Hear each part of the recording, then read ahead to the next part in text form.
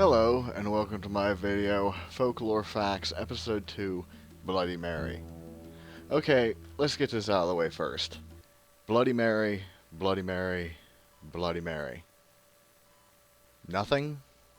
Nope. I guess the reflective surface of my monitor doesn't count.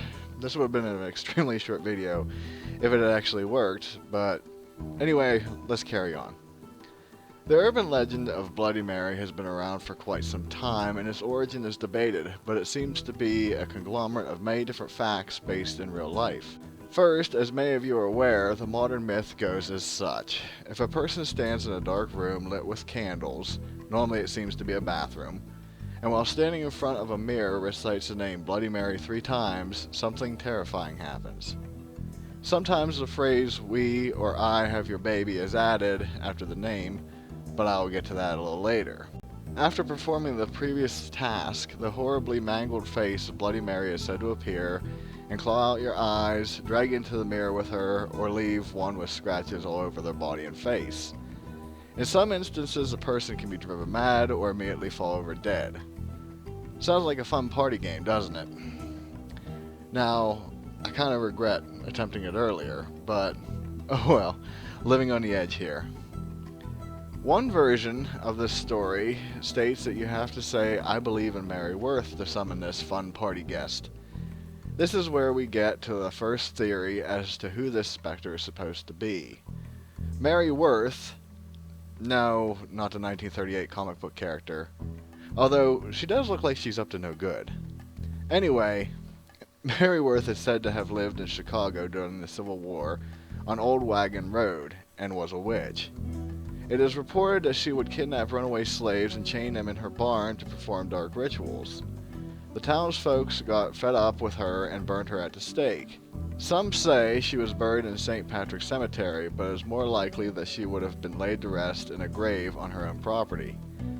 Later, a farmer and wife bought the property and built their house on the barn's foundation. The farmer found a strange square stone in the field, and after he moved it, all kinds of bad things started to occur.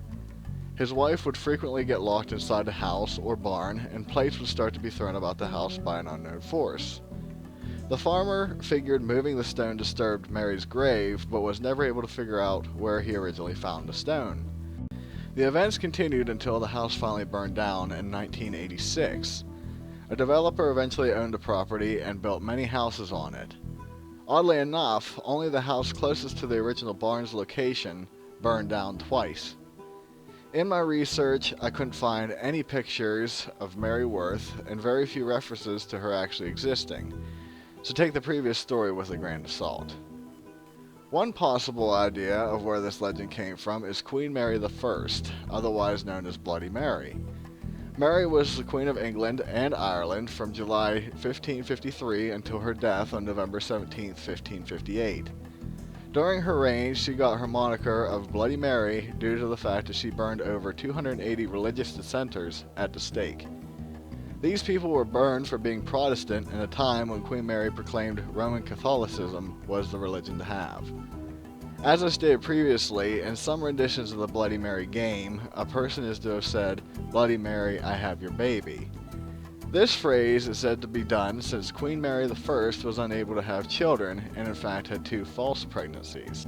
Due to this, it is thought that Mary will attack since the person is basically saying they have what she could never produce.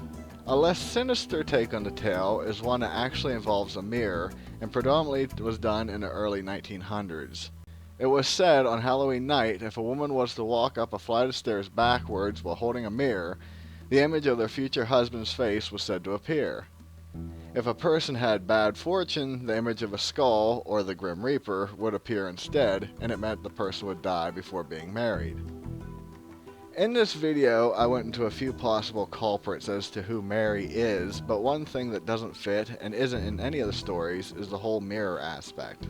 At this point, I want to delve into that, as well as add another person possibly able to fit the Bloody Mary story as well. Through the ages, mirrors have been seen as something of an oddity. Many people viewed mirrors as portals to another dimension, and with that carried a bit of mysticism behind it. If you look at how many ghost appearances are reported to this day to happen around a mirror, it seems subconsciously or even consciously they can be viewed as a gateway for ghosts. While I personally don't believe in that, I still find it a bit unnerving to look into or walk by a mirror in a dimly lit room. I'm sure, even in our modern age, that many people have the same feeling as I do. As I stated before, another person in history fits the Bloody Mary legend, and is very rarely tied to it by others. During 1585 through 1610, Countess Elizabeth Bathory de Echid of Hungary murdered hundreds of virgin women just to bathe in her blood. Her thought was that the blood would keep her youthful in appearance. Elizabeth was called the Blood Countess, and in fact has a Guinness Book of World Records for the most prolific female murderer. The exact count on how many women she killed is unclear, some say as high as 650. Due to her family ties, she never faced trial, but was instead locked in Chieta Castle in 1610, and stayed there until her death 4 years later. This event ties in with two parts of the Bloody Mary story. The blood, as well as, since mainly young girls play this game, the virgin aspect.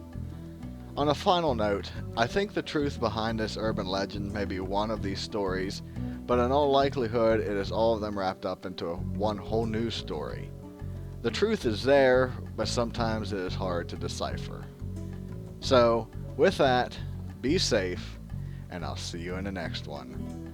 Later.